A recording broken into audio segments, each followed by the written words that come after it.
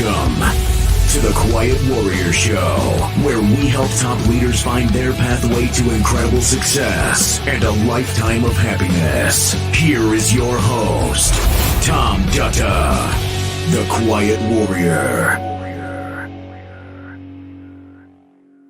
All right, everybody. Welcome to the Quiet Warrior Show. This is Tom Dutta, your host, and we're excited to bring a guest to you today. I think you're going to be blown away by this guest's background and his story. First of all, I want to say that we're live streaming. It's the next generation of podcasting. So give it a like. It's also the subscribe button there for the YouTube channel so we can honor this show when it comes out and do more of them. We're across LinkedIn, Facebook, YouTube, and Twitter today.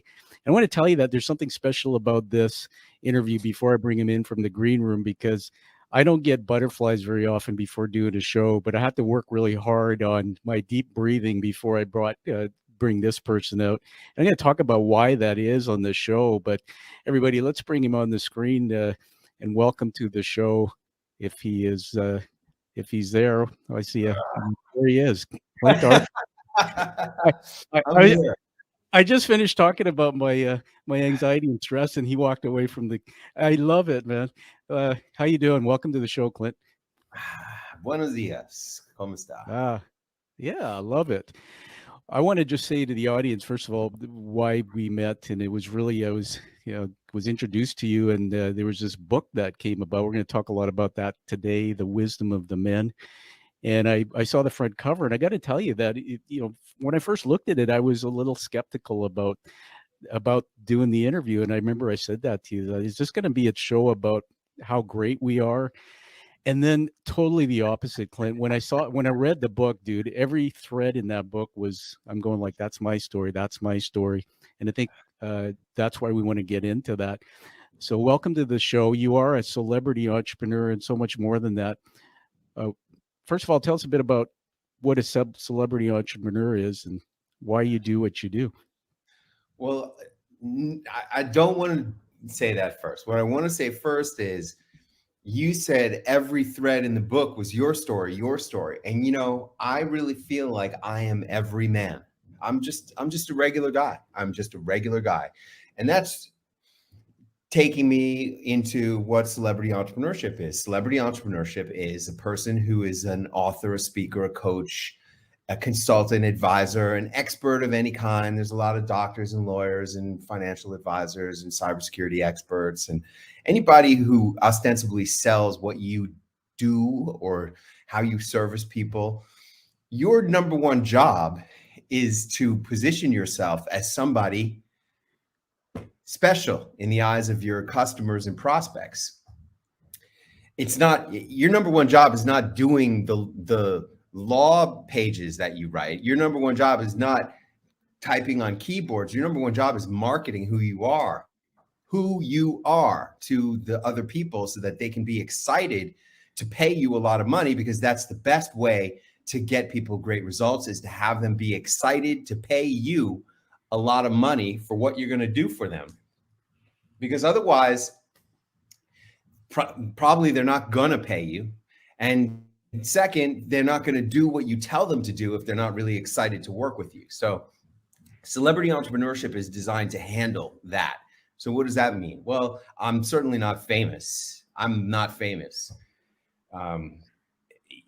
Tony Robbins is the best example of a celebrity entrepreneur.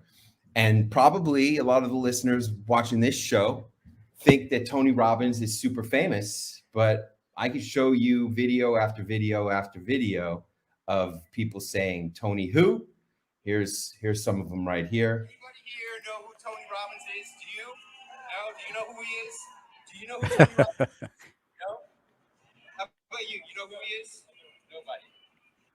Okay, and you might say, well, it's the demographic or whatever. Well, yeah.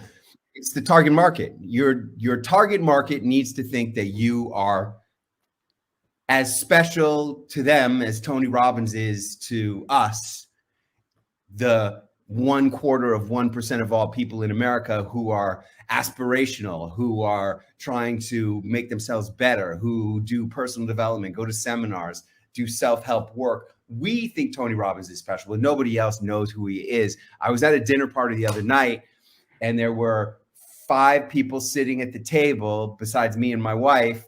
And the girl who was like, she was like 40, she thought she had heard of him. The father, he had heard of him. The 2 mothers that were there, they were 70-year-old women. They had never heard of him. Okay. Never, like, who are you talking about? That's celebrity entrepreneurship. Yeah, it's awesome. Listen, I'm going to have some fun with you here, Clint. I'm going to put something on the screen for a minute. We're going to take a look at it. So I'm going to put it up and then I'm just going to read it. So usually I'll do this later in the show, but Clint's got a new book out. I read it. I gave it a 5-star review. I posted it. I actually listened to the audiobook, Clint, and I went deep into this. So let's put this up. We're going to honor you. Here we go. All right. I like this book for its entertaining storytelling, narrative style. Loved it for its treasure trove of resources. Was pleasantly surprised at the author's voiceover prowess. What made the book relatable was the author's brilliant balance of sharing his stories of adversity and growth. I wasn't sure at first how I would feel immersed in a book about celebrity entrepreneurs, but quickly I realized the timing is perfect. The blueprint, resources, bonus materials are invaluable for anyone looking to turn their story into celebrity entrepreneur status. This is not a book about ego. It's a book about finding the meaning of one's story, growing past limiting beliefs, executing a business strategy to serve people with that story. Life's most fulfilling moments for me have been in service to others, and I highly recommend this book. So congratulations, everybody. You can find that on Audible. And listen, I'm going to shout out, when an author's work gets known, it's because you read the book, but go and post a review so that others can see it. So I want to talk for a minute, Clint, before you get back into your story. I was kind of riffing up front about how I was skeptical about when I saw the cover of the book. And I'll tell you why. It's because for a long time in my life, I didn't realize I have this monkey or reptilian brain, they call it. It was made for survival. It wasn't made for happiness and joy. And for far too long, I didn't realize that I didn't really know who I was. In fact, what I was listening to was things that were put in me that my brain believed through a lifetime. So for example, 10 years ago, if I had you come across my desk, I'd be shaking my boots going like, I'm not worthy of interviewing this guy. He's better than me, blah, blah, blah.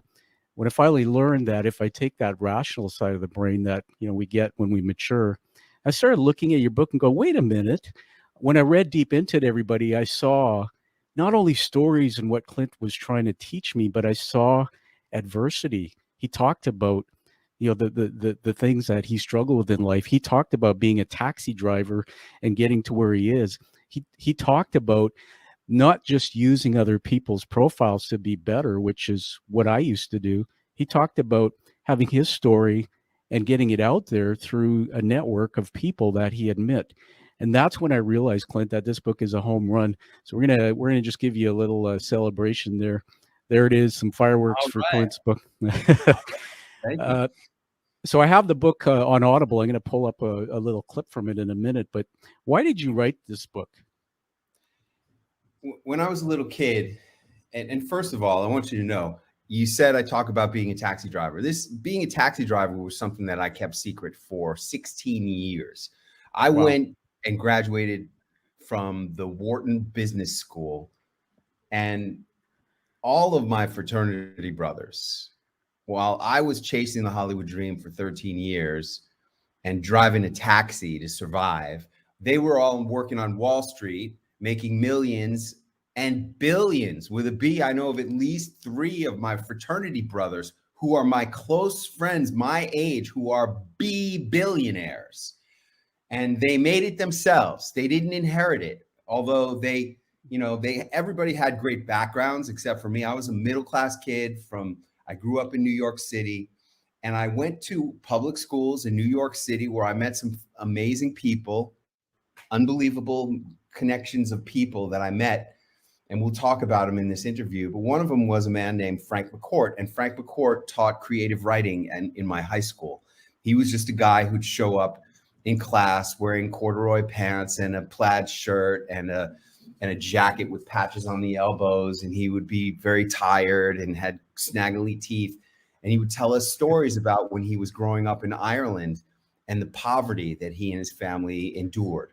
And those stories went on to become his memoir, Angela's Ashes, which won the Pulitzer Prize in 1997. And that guy inspired all of us. I mean, even before he won the Pulitzer Prize, he had inspired us to want to be writers. But when he won the Pulitzer Prize, that's when I said to myself, well, if he could do it, I could be a great writer too. And I've been writing, and I was so deluded. If I had known it was going to take me 40 years to get to where I am now, I don't know that I would have done it, because 40 years is a damn long time to be working as a writer and having, nobody appreciate you or say nice things about you.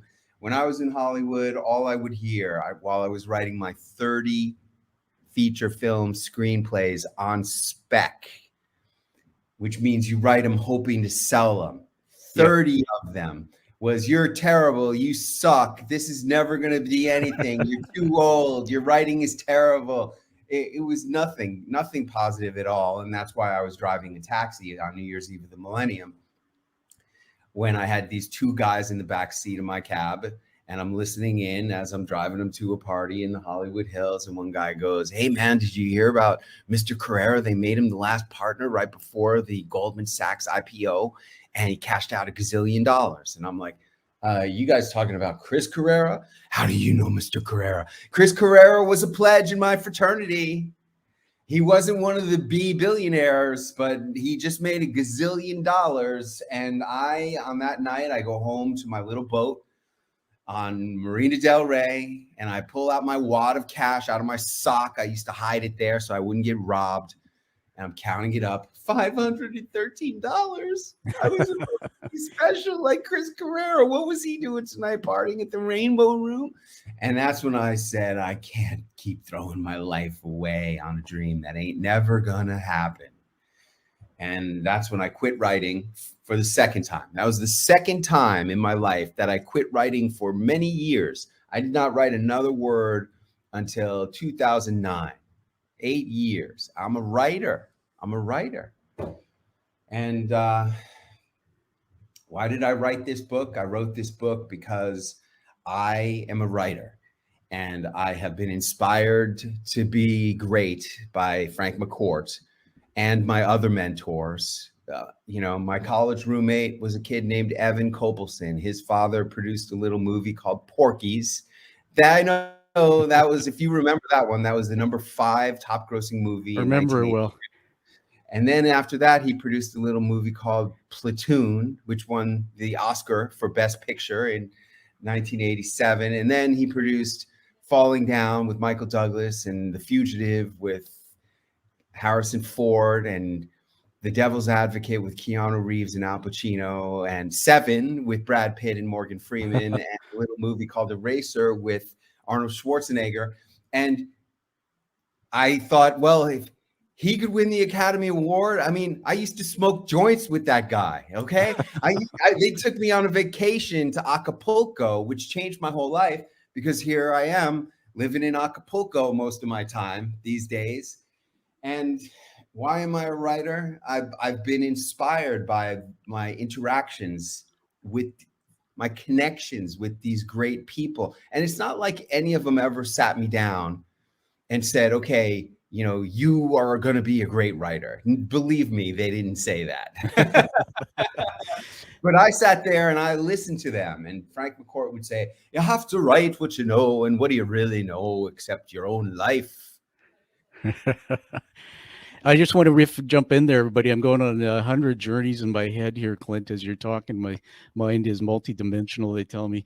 And there's so many things I just want to throw back at you before we get going further in the story. First of all, we talk about Tony Robbins. It's funny, man. I go out and when I do teaching and things in my business, you're right. There's even my daughter who's 24. I mentioned Tony and who. But I still have on my in my room, tacked up on the wall, a bandana which is tied in a knot, which has the ashes from my firewalk. So wow. This is part of the book, everybody. This is why I believe that the universe connects people by their stories. I believe, everybody, that Clint, when he said he was driving that cab, that was his beginning of his hero's journey, where he said, I don't want any more of this pain. I got to answer that call to adventure, go do something.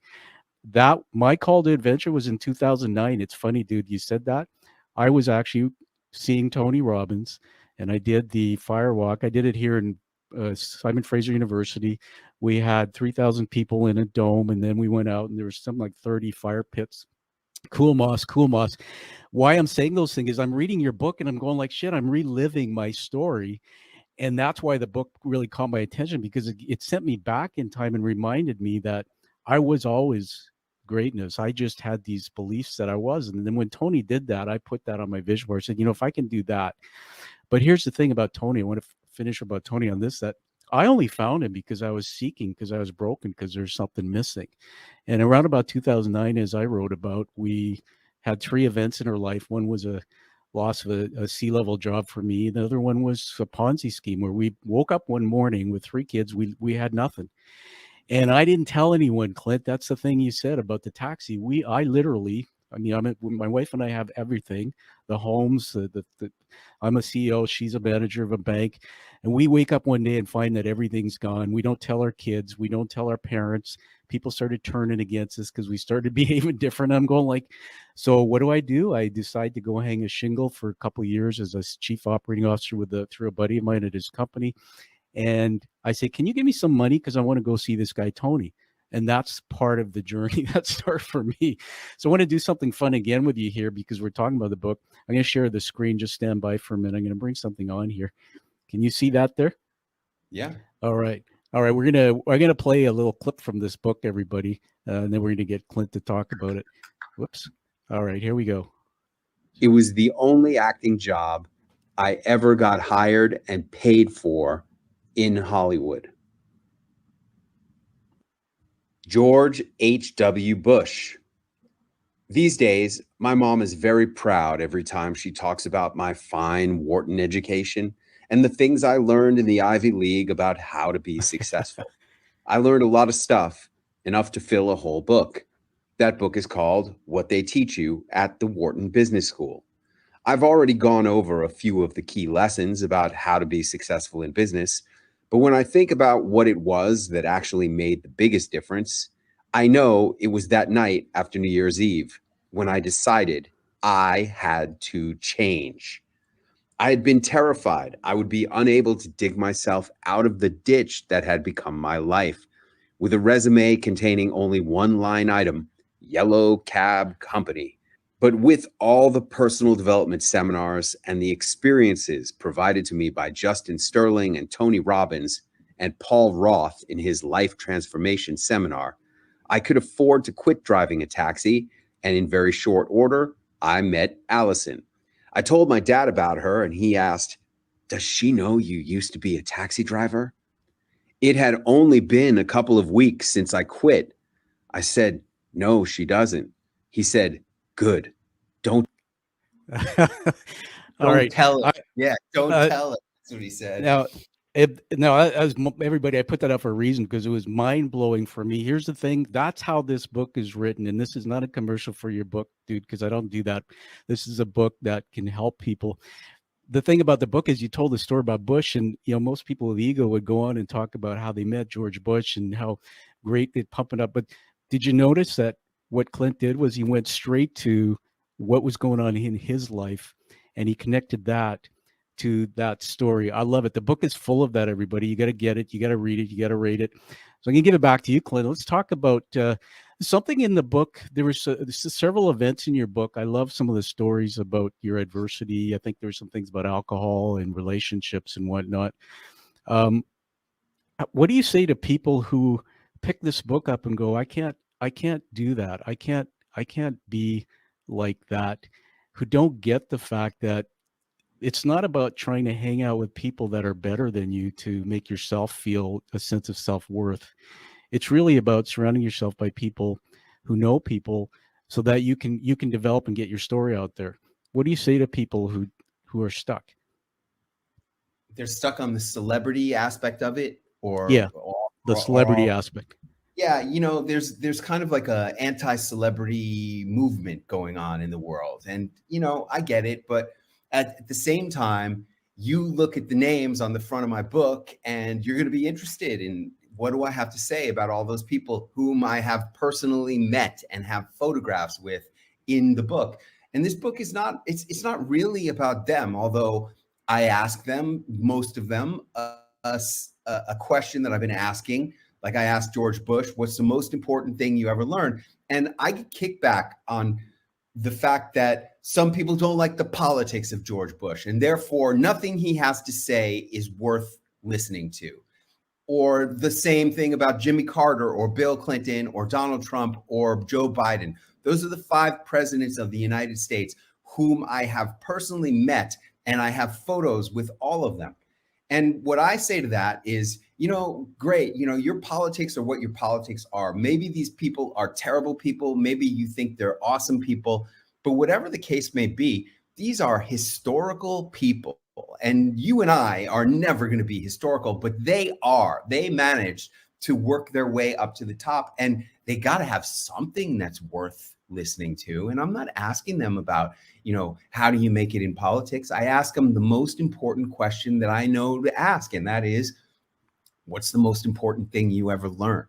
See, because learning is everything in life. That's what we're here to do. That's how you better yourself as a person, is you learn. So what I've done is I've found the most outstanding people in the world. I've put myself face to face with them and asked them this question: what's the most important thing you ever learned? Now with George Bush, you'll see the photograph of me and George Bush, and on his necktie, he's got little parachute jumpers on the tie.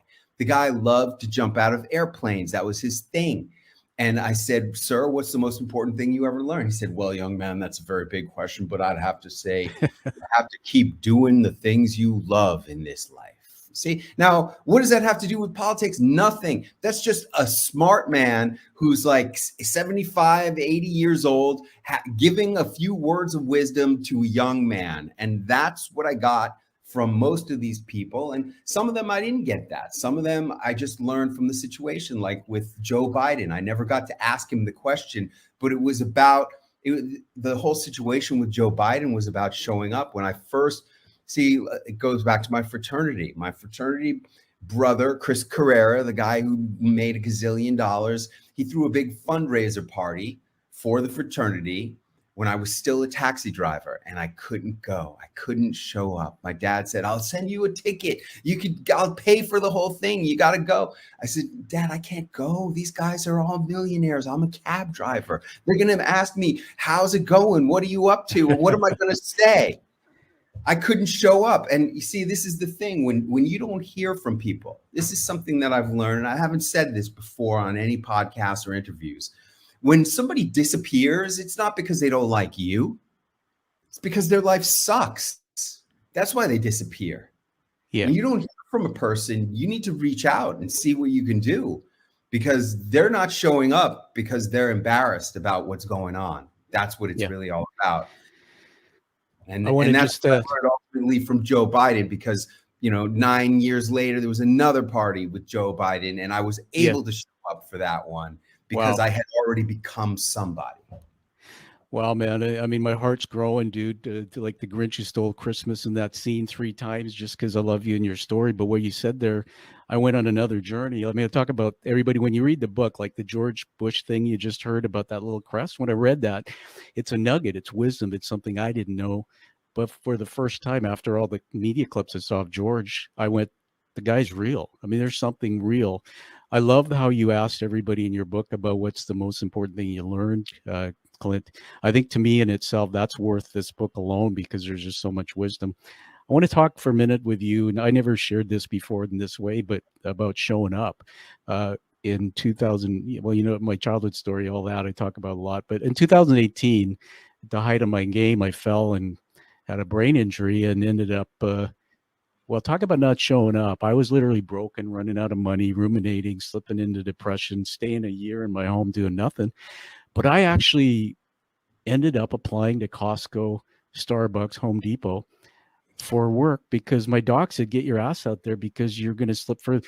And I walked into Costco and was a night stalker for 2 years. I put a cap on, I grew a beard, and I didn't want anybody to know who I was. But what was interesting is all of my pals and my network, which are usually the business world, They all disappeared. And instead of reaching out to people to stay connected, I disappeared. I wasn't willing to show up because I was kind of embarrassed. What would they think of me? But it was through that moment, it was another call to adventure for me. It was like, I got to stop that. I got to find a way to believe myself. I think the biggest thing I'm learning about you and everybody, this is a teaching moment, is what Clint said. This man has gone and met 5 presidents and all these people. That doesn't mean that you're not as good as him, but dude, think about this. The fact that he believes in himself this much, he believes he's confident enough that he can show up and he can sit across from anybody at a dinner. He can reach out to a president and say, hey, I'm Clint. I want to talk to you. That's really what it's all about. It's like we can wake up in the morning, feel love for ourselves. You can literally do what this guy, Clint Arthur, does. You can reach out and be in service to anybody. And I really couldn't do that for most of my life, Clint. And the last part of the story is it wasn't until I actually I wrote my book and Hollywood called and we did Moving America Forward. And I remember going down there with Anna, never done a Hollywood taping, and I was scared. But after I found the courage to do that, I went, wait a minute, I'm just telling my story, and they're not better than me. I'm worthy. And then the phone was ringing about opportunities and things. Even to this day, I still have that reptilian brain say, are you good enough? But this is my last thing. I know I'm going on a rant here for a reason because you touched on this, but it's like Tony says, repetition's the mother of skill. The more you show up, everybody, the more you teach your brain, you lay down new thought patterns that I'm good enough, I'm good enough, I'm good enough, instead of I'm not good enough, which is what we heard most of the time growing up. And that is why this book is such a gift to anybody who has a story to tell. So I'm going to give it back to you, Clint. And there's a whole world that's behind everything you've done. I think you teach people certain things, why people want to work with you. Can you talk about that for a bit?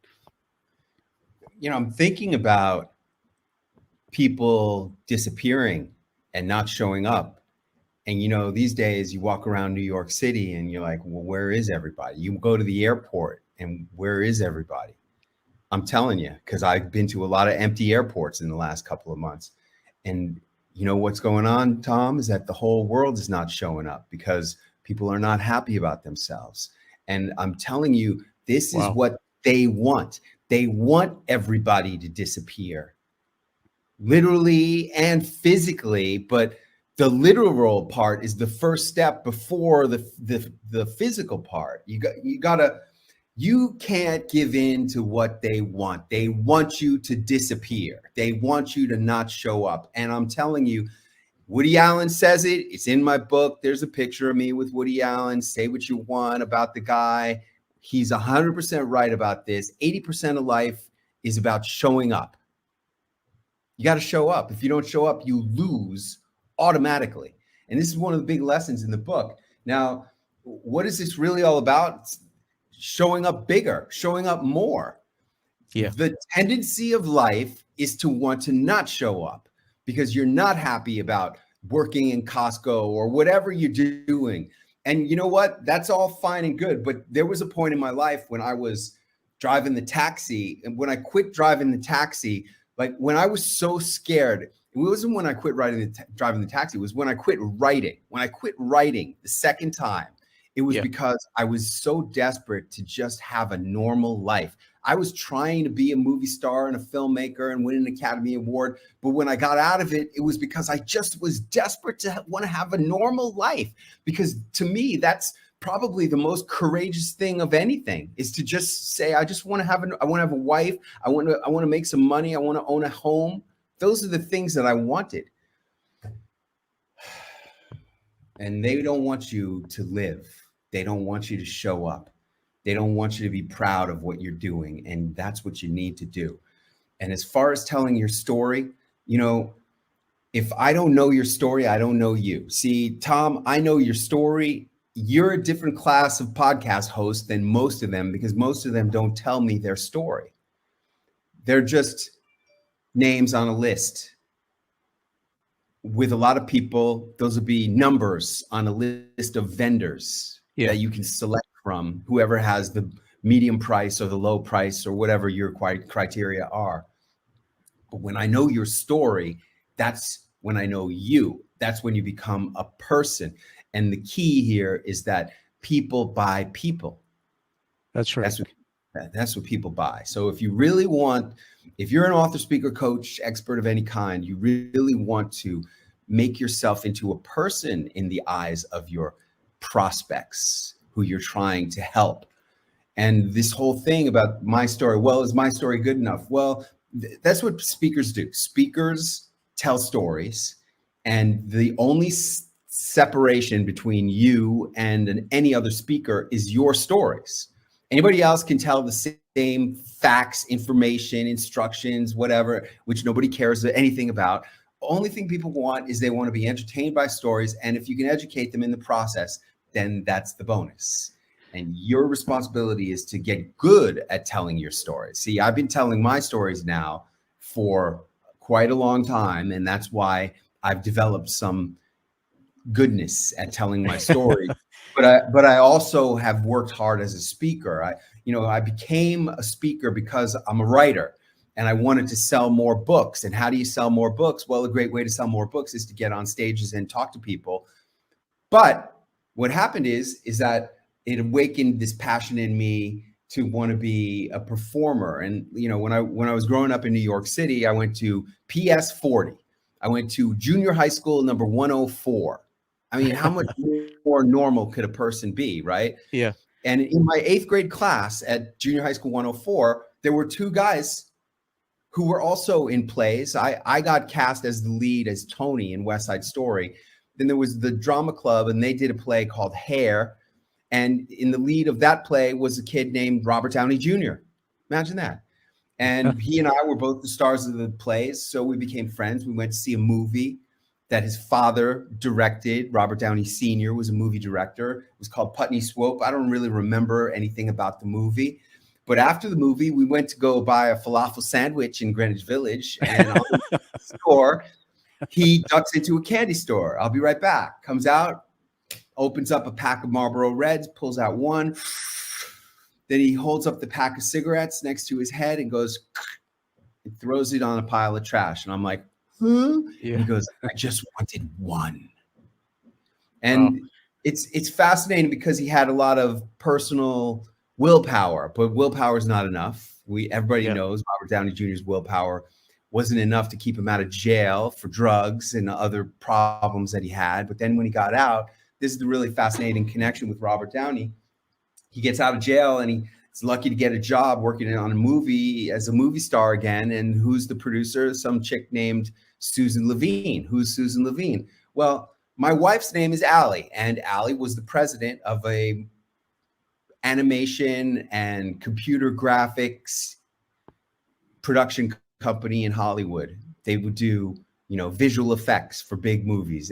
She's worked with every director: Francis Ford Coppola, Steven Spielberg, George Lucas, Jim Cameron. She did Terminator 2. She, when the Terminator turns into liquid, she did that. That was her. Amazing.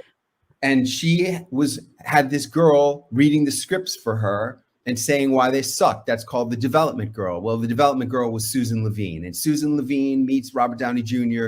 They get married, and his life goes on a huge rocket ride. Just the way, since I've been with Allie, my dad said, don't tell her you're a taxi driver. Thank God I didn't, because we've been together now for more than 21 years. Yeah. And you look at my life before her and since her. I mean, I had a great life before her. I was a bachelor. I lived on a boat. I had no responsibilities other than paying my $482 a month for child support. But I wasn't becoming who I am today, which is really what this is really all about. Who are you? And then the other kid in my junior high school, he was, his name was John Cryer. He did a little television show with a guy named Charlie Sheen. It was called 2.5 Men. He was the other man. He played Conrad in the 9th grade junior high school edition of Bye Bye Birdie. And when I was in 10th grade, I played Conrad in the high school version of Bye Bye Birdie. So look at the 3 guys that we were, all in the plays, all starring in the plays. And when I became a speaker, that awakened, that reawakened something that was in me, that desire to want to be in front of people and perform. And now, you know, that's evolved my technique for writing. And That's pretty cool. Everybody, there's so much there. One of the things I heard just recently, Clint, you're a master of this, is wisdom. And they said that the difference between, wisdom and knowledge is time.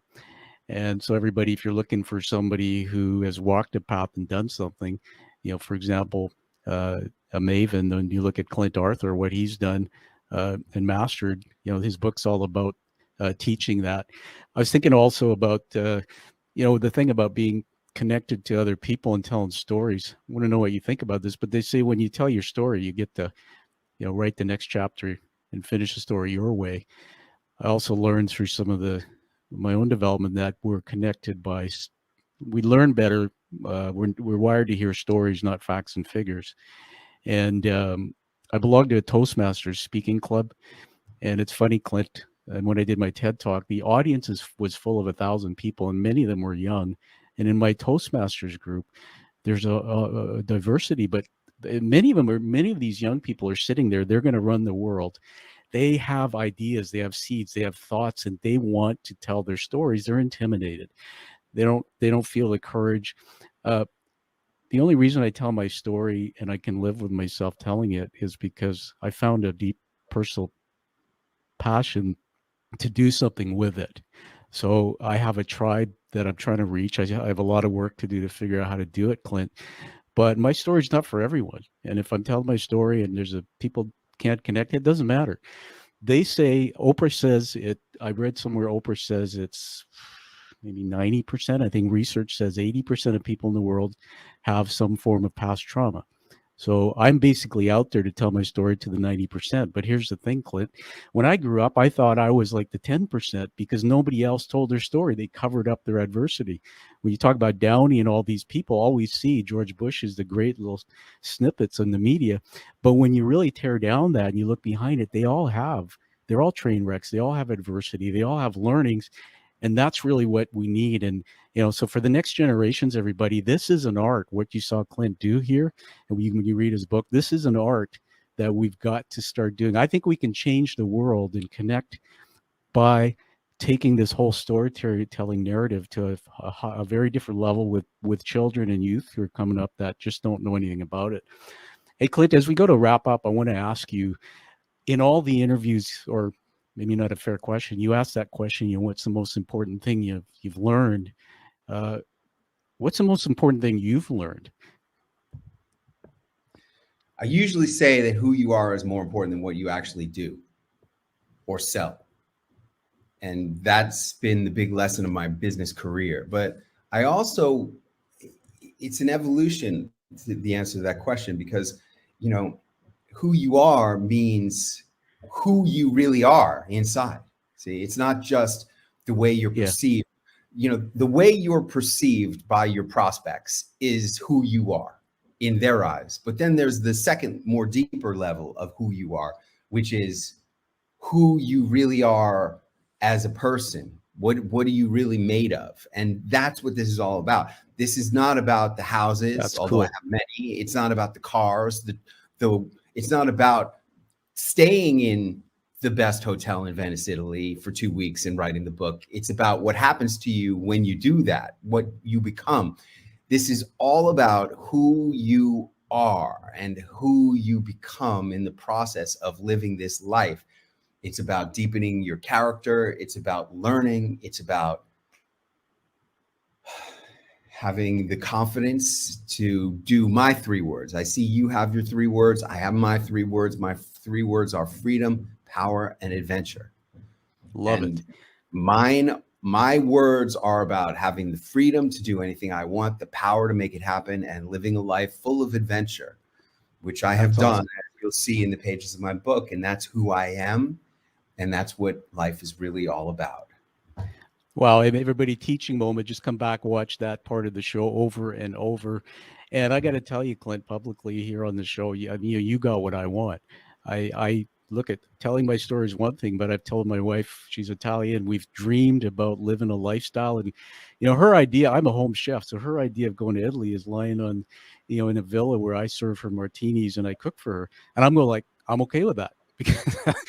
But I want what I want, and I have dreams, and uh, I think it was Tony. You and I have a shared mentor there. Who I remember seeing something that so that we're remembered by what we do in private, not in public. I want people to understand what I do in private, uh, but what I do in public doesn't matter. And I think that's exactly where you and I do connect. I want to do something here to honor you as we go to wrap up. So I'm going to single screen me for a minute. He's probably saying, "What are you doing?" Putting the spotlight on you. Well, of course. So behind me, Clint, you see this image. It's actually a challenge coin. And challenge coins were created in World War II. I had this coin minted. When I started my show, is simply because I wanted a place for people to come tell their stories. Challenge coins today are carried around the world to commit to community. So they're used by first responders. My father was in AA, and they had these type of coins. If you're in the military, you carried it in your pocket, and that was just for camaraderie. So, oh my goodness, look at that! Somebody who gets it, awesome. I love that. You know what? I got to get one of those. So my coin, that is amazing, man. Another amazing. So on the back of the coin, they're hand minted and crafted in the U.S. Yeah, wow, that's a beauty. That is a That's beauty. my fraternity on the back. That is totally. You just upped my show. Now I'm going to bring my coin and show it because I'm just looking at everybody. That's awesome. So Clint, the back of the coin is actually a beautifully narrated hero's journey by Joe Campbell. And so Purpose Action Life is really the narrative of the show. So you're going to get this. I induct you into the Quiet Warrior Tribe. These are carried across 17 countries, less than 40 a year go out. And not everybody can get on the show because they won't park the ego. But I love you, man, and what you did. And I have 4 words here. Just hold on. As you're speaking, I write these down. I don't prescript them. 4 leadership words. First one is storyteller. Second is egoless. Third is humility. And fourth is 2 words, joy and fun. That's what you bring. I mean, when you listen to your book and how you narrate it, you're really a fun guy. And I think I just want to be around people like that and know that that is the way to mental health, smiling and laughing and enjoying life. So congratulations. Welcome to the tribe. And we'll talk again. Last word goes to you, how people can get a hold of the book and yourself. The book is on Amazon. You got to type in Wisdom of the Men, Clint Arthur. That's the way to find it. If you want to find me, Clint with 3Ts.com. Why 3 Ts? One of my students / clients is a name scientist. She said, Clint, I wish you had another T on the end of your name because the T's always end up on top. And I couldn't get Clint with 2Ts.com, but I could get Clint with 3Ts.com. So that's how you find me, Clint with 3Ts.com. Well, there's a nugget. T for Tom. Awesome. Everybody live that true life with purpose. Find that passion like you hear from Clint. Take action and live the life that you deserve and desire.